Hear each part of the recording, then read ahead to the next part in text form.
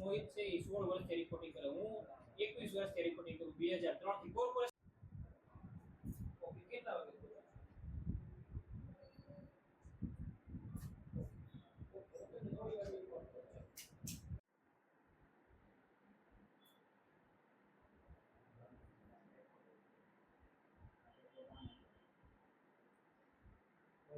રાજકોટ અગ્નિકાંડને હવે 1 મહિનો પૂરો થવા આવશે. જી તપાસ ઘણી બધી હવે થઈ ચૂકી છે, પરંતુ આરએમસી નો કે આરએમસી ના કોર્પોરેટરોનો રોલ ન હોય એવું કેમ બને? તમે વિસ્તારના કોર્પોરેટર છો, આ ઘટના અંગે તમે કેટલા પરિચિત છો અને આ ગેમ ઝોન અંગે તમને ક્યાં સુધી માહિતી છે? હું મારા ખ્યાલ મુજબ ત્યાં ગેમ ઝોન હતું એ હું જ્યારે આ ઘટના બની ત્યારે હું ગયો ત્યારે મને ખ્યાલ આવી કે ગેમ ઝોન છે. બાકી આ ગેમ ઝોન થી હું પરિચિત હતો નહીં.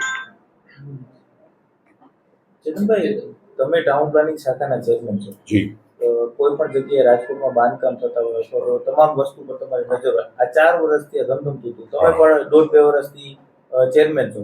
તમને આ બાબતની કેમ ધ્યાન આવી?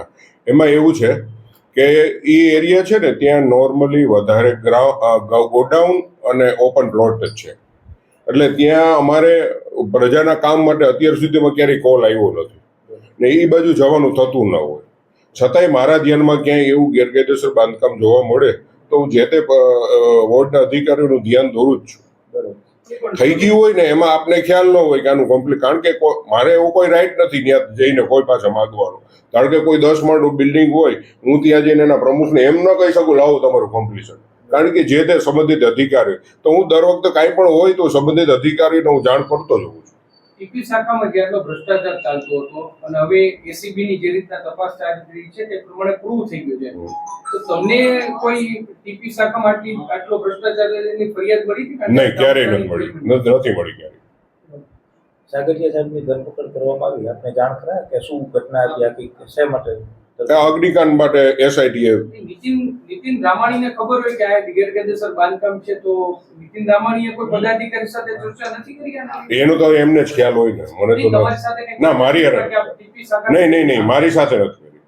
એક જવાબદાર નગરસેવક છો તમે, તો તમારી જવાબદારી નો આટલું મોટું તમારા વિસ્તારમાં પણ મને હું મોટો મારી સાંભળો, આટલો મોટો અગ્નિકાંડ તમારા વિસ્તારમાં થાય તો એક નગરસેવક તરીકે તમારી જવાબદારી શું હોય?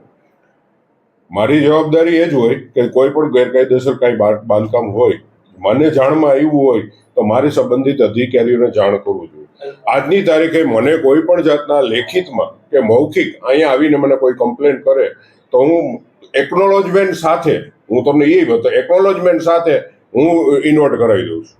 પણ આ જવાબદારી તો આટલી મોટી અગ્નિકાંડ થયો ના, મારી જવાબદારી ન બને. મારે તો એ અધિકાર જે તે તંત્રની જવાબદારી મને એને બધાય આપે. કોઈ પણ વસ્તુ માગે, ફાયર એનઓસી, કમ્પ્લીશન સર્ટિફિકેટ, મને કોઈ ન આપે. ચેતનભાઈ, નગર સેવક તરીકેની જવાબદારી શું હોય? કે માત્ર ખુરશી ઉપર બેસવાનું નહીં, પ્રજાના કામ કરવાના, પ્રજાના કોઈ પણ પ્રોબ્લેમ હોય. આટલા મોટા 20 લોકો 23 લોકો મરી ગયા, ગુજરી ગયા, તો જવાબદારી કોની? જવાબદારી જે તે એસઆઈટી એની તપાસ કરે જ છે. જવાબદારી કોની? એસઆઈટી ના, એવું નથી. જવાબદારી અમારી કઈ રીતે બને? અમારી ન બને.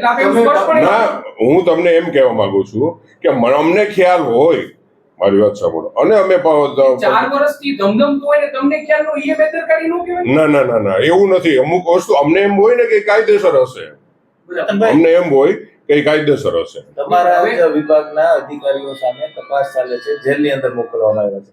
તમે એમ કહો છો કે ગેરકાયદેસર બાંધકામ અંગે તમને કોઈ પણ જાતની જાણ કરવામાં નથી આવતી, તો તમે તો ચેરમેન છો ટીપી શાખાના, તમારા અધિકારીઓ જવાબ નથી દેતા, એનો અર્થ એવું? ના, એવું નથી, જવાબ આપે જ છે.